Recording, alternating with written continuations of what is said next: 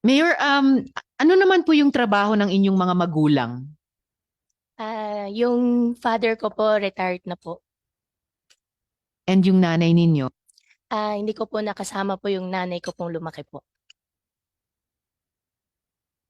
Noon, ano po yung trabaho ng inyong ama? Negosyante po, Your Honor.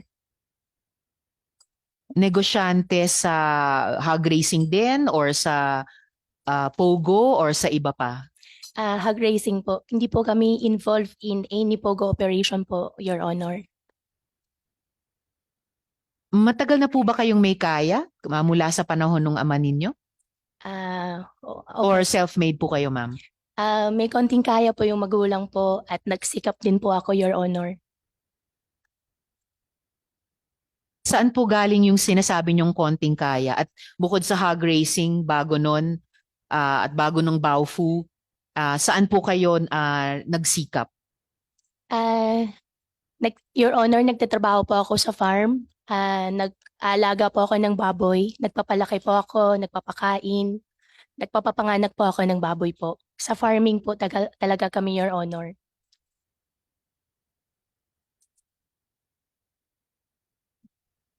Ngayon, Mayor, napag-alaman din po namin na delayed yung inyong registration of birth. Ilang taon na po kayo nung na-register yung inyong birth? Your Honor, hindi ko pa lang po siya masyado maalala po ngayon. Okay lang, check ko po. Oo, Po, please, pasensya na po. inform us during the hearing. At Opo. bakit po delay yung pag-register ng birth nyo? Your Honor, i-check ko po. Tapos, balikan ko po kayo. Opo. Sa pagkaalam po kasi namin, and I would request yung confirmation ninyo during the hearing, 17 years old na po kayo nung i-register yung inyong birth. So if you can confirm that during the hearing, tingin ko may halaga malaman bakit. Kung tama yung impormasyon namin, bakit at 17 pa lamang ni-register yung birth ninyo? At saan pala po kayo ipinanganak? Sa ospital ba? Sa bahay ba? Sa lying-in clinic ba? Your Honor, ang sinabi po sa akin sa bahay po. Sa bahay. Saan po yung bahay ninyo nung ipinanganak kayo? Hindi ko na po, Your Honor, hindi ko na po alam. Opo. And then, still out of more than curiosity, saan po kayo nagtapos ng elementary? Homeschool po ako, Your Honor. Kasi salo po kami ng farm. Anong taon po kayo nagtapos sa homeschooling sa elementary? Your Honor, dire-diretso po. Bandang anong taon natapos po yung grade 7 sa homeschooling? Your Honor, tutorial po kasing ginawa po sa akin. Salo po kasi kami ng farm nakatira po. Actually, Mayor, familiar po ako sa homeschooling dahil yung isang anak ko rin, yung huling 2 taon niya sa high school, Opo. for health reasons, sinomeschool ko po siya. And meron po kaming homeschool provider noon. Sino po yung naging homeschool provider ninyo? Ah, Your Honor, yung nag-homeschool po sa akin, teacher lang po. Pati po yung mga homeschool teachers, kailangan license sila or meron pa rin silang homeschool provider. And in fact, by the definition of homeschooling, ang magulang ang nag-homeschool. So teacher nyo po ba o yung ama ninyo ang nag-homeschool sa inyo? Meron din po akong teacher po, Your Honor. So saang homeschool provider naka-connect yung teacher ninyo? Your Honor, hindi ko na po maalala po yung pangalan po. Ang maalala ko lang po yung pangalan po ng teacher ko po. If you could submit to the committee yung pangalan ng teacher ninyo and during the hearing, ma-recall pa rin at masabi sa amin sino yung homeschool provider ninyo. Opo. Your Honor, ang teacher ko po si Teacher Rubilin. Teacher Rubilin. Opo. Alright. Pakisubmit na lang sa committee yung apelido nila.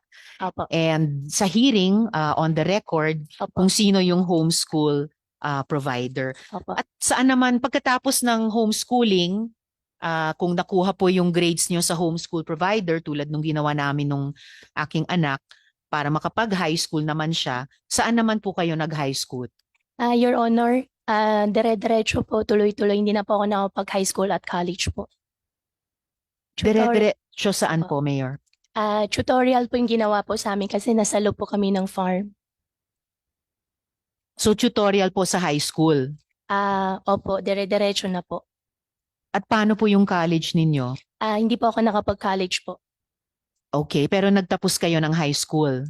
Ang binigay lang po sa amin po na pinaka libro po is si Teacher Rubilin na po. Kung maalala ko po, wala rin po kasi siyang grades. Andun lang po siya sa amin everyday po na after po ng work, siya po yung nagtuturo po sa akin. Uh, Kinilala ba ng DepEd yung pagtapos nyo sa high school sa pag-tutor ni Teacher Rubelin?